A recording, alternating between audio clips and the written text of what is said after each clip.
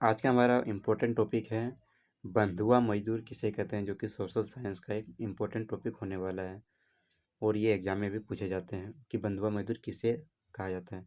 तो सुनिएगा कि बंधुआ मजदूर हम लोग उसे कहते हैं जो मजदूर कर्ज चुकाने के लिए, यानी कि कोई मजदूर है वो उसके पास जो कर्ज है वो उसको चुकाने के लिए या फिर चुकती करने के लिए क्या करता है,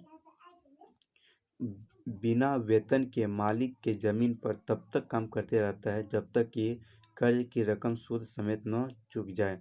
उसे बंधुआ मजदूर कहते हैं। पांचवा प्रश्न है,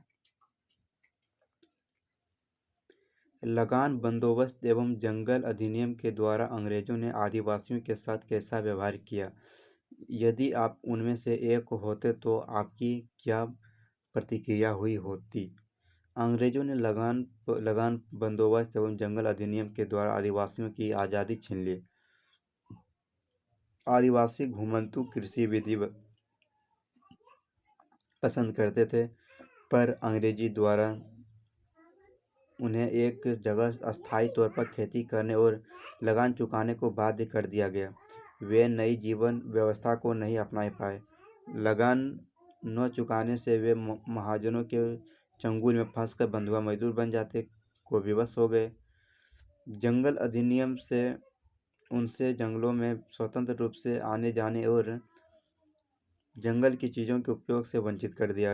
वे अब अपनी मर्जी से लकड़ी काटने, जानवर चराने, फल फूल इकट्ठा करने या शिकार करने के लिए जंगली में नहीं जा सकते थे।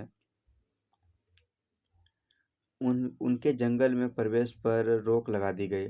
यहाँ उनकी आज़ादी को छीनने और मूल निवास क्षेत्र से वंचित करने का महत्वपूर्ण कदम था। यदि मैं भी उन आदिवासियों में से एक होता तो इस अन्याय के खिलाफ लोगों को इकट्ठा कर उपद्रव करता, सशस्त्र क्रांति पर कर अंग्रेजों को वन क्षेत्रों से भागा खड़ा होने के लिए विवश कर देता। दीकू किसे कहा जाता है? गैर आदिवासी सेठ, साहूकार, महाजन, जमींदार एवं बिचौलिए जो हमेशा आदिवासियों का शोषण करने की कोशिश करते थे। सेठ हुआ महाजन जो अधिक ब्याज पर उन्हें ऋण देकर उनका शोषण करते थे, उन्हें बंधुआ मजदूर तक बना लेते थे। उन्हें आदिवासी लोग दीकू यानी बाहरी लोग कहते थे और उनसे नफरत करते थे।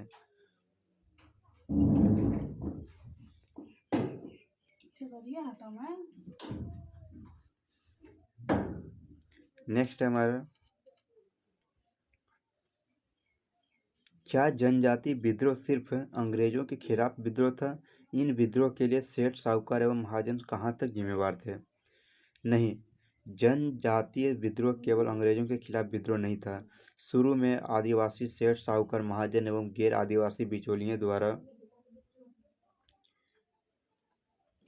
उनके प्रति किए जा रहे आर्थिक और शारीरिक शोषण के खिलाफ सशस्त्र उठ खड़े हुए और विद्रोह कर दिए। पर जब अंग्रेजों ने भी उन लोगों को प्रोत्साहन और संरक्षण देना शुरू कर दिया और अंग्रेजी सरकार जब उनके पक्ष में अपनी सेना के साथ खड़ी हो गई और आदिवासियों से जोर जबरदस्ती करने लगी, तब जाकर आदिवासी अंग्रेजों के भी खिलाफ विद्रोह में उठ खड़े हुए। इन विद्रोहों के लिए सेठ, साहूकार एवं महाजन बहुत हद तक जिम्मेवार थे।